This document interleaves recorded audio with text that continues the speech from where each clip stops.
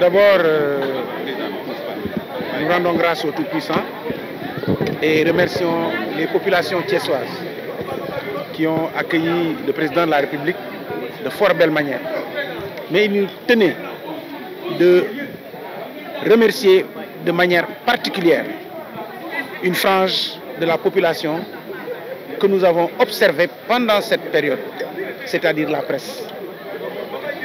Nous avons vu pendant cette période, une semaine, c'était les premiers sur le champ de bataille, c'est-à-dire les premiers sur le terrain et sur le site. Et le soir, à 1h, 2h du matin, je les laissais encore sur le terrain et sur le site. Ça m'avait foncièrement touché parce que je savais que au-delà de la prise des informations, il fallait le traitement. Et après cela, le matin, ils étaient encore sur place et suivaient le président de la République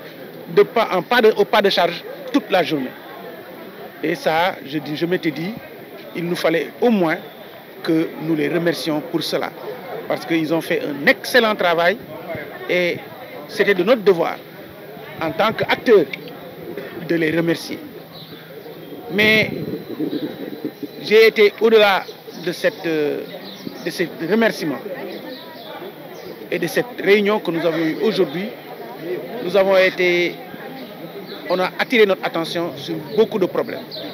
On se rend compte que les gens avec qui nous sommes tous les jours rencontrent beaucoup de problèmes et nous ne sommes pas au courant. Et je pense que c'était une occasion d'échanger en profondeur afin qu'on puisse, à qui de droit, essayer de défendre leur position. Et nous allons essayer de le faire au mieux.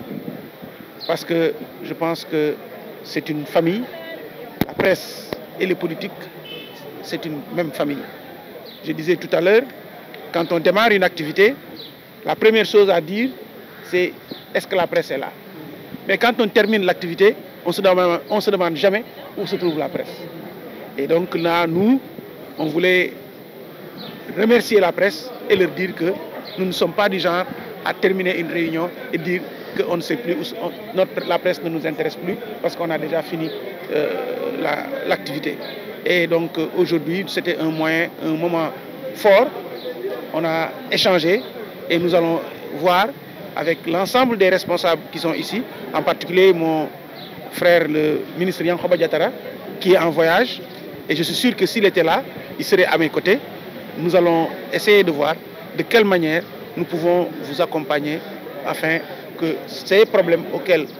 vous êtes confrontés tous les jours, on puisse les surmonter au mieux. Tey dama am mbégte ba ñu santé Thiessois yi ci li nga xamantene moom mooy ni ñuy teeroo le président tatagal ko mu am ñoo xam ne dama leen cee jukki ci seen taxawaay ndax dama gis ci biir toogaay bi ci fan yi ñu fi nekk yépp saa yu may ñëw suñuy ñibbi muy jàpp 1h jàpp 2h du matin dama leen di gis ñu taxaw su may xëy 8h30 9h ma fekk leen ñu taxawaat te président fu muy dem ñu topp ko te suñu paree dañuy dem defi montage muy jafe-jafe boo xamante ne bu ma ko séenee mbir mi pare ma ne ñii nag man il faut que ñu sargal leen loolu moo tax tey ma daal di ànd ak sama ay mbokk ak samay xarit pour ñëw sargal leen waaye ba ma ñëwee toog li may wax rek ne xef jege na bët waaye du ko gis dama xam ne que kon am na problème yu bare yoo xamante ñoom ñu ngi koy jànkuwanteel te xel nanguwul ñu nekk ak ñoom ba ñuy door ba ñuy dal ba tey ji yàlla yóbbuñu ba ñu egg ci yenn niveau yi ba pare tamit ñoom ñu am ci problème yooyu te ñun tam duñ ci jéem a def suñu kéem kàttan pour def ko saafara loolu moo tax tey li olof di wax lare maanaam sànni benn lasper jam ñaari picc bi yoon jam nañu ñaari picc benn bi mooy sargal nañ leen beneen bi dégg nañ leen déglu leen te dinañ seet nan la ñuy def pour saafara li nga xamante ne mooy problème yi nga xam ne ñoom ngeen di jànkuwante uma sax presse Thiès ñeewul beneen bi warul wax ma ñee man ci sama xalaatu bopp presse Thiès moo jiitu presse yëpp ci Sénégal déglu leen ku ci nekk man damay déglu rajo parce que sama homme politique la donc dama war a déglu presse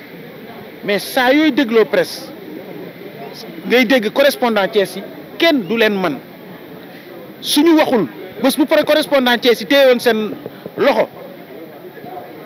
information au niveau national dinañ am problème kon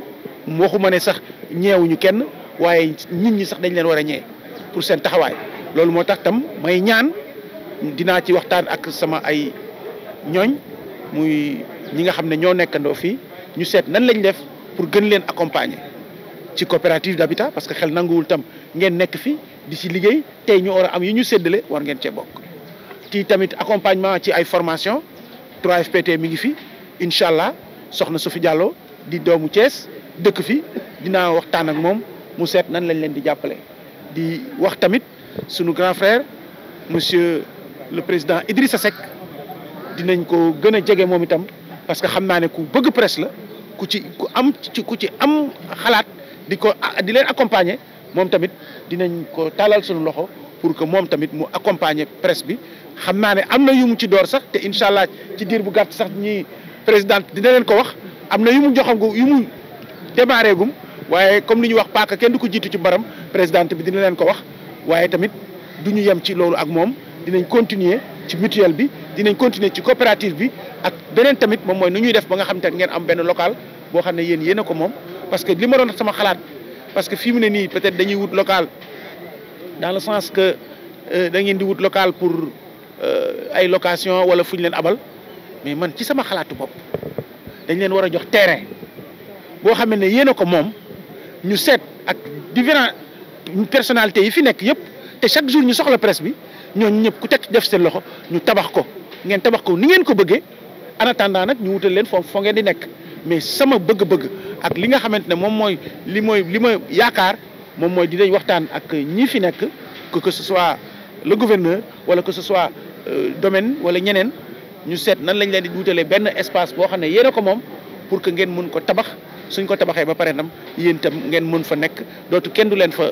xatal ndax boobu ne yéen a ko moom loolu laa leen doon ñaanal di ñaan incha allah yàlla na ko yàlla defal li nga xam ne moom la ñu bëgg yëpp yàlla sottil ko ci jàmm. Amiin. Merci à vous également. Merci.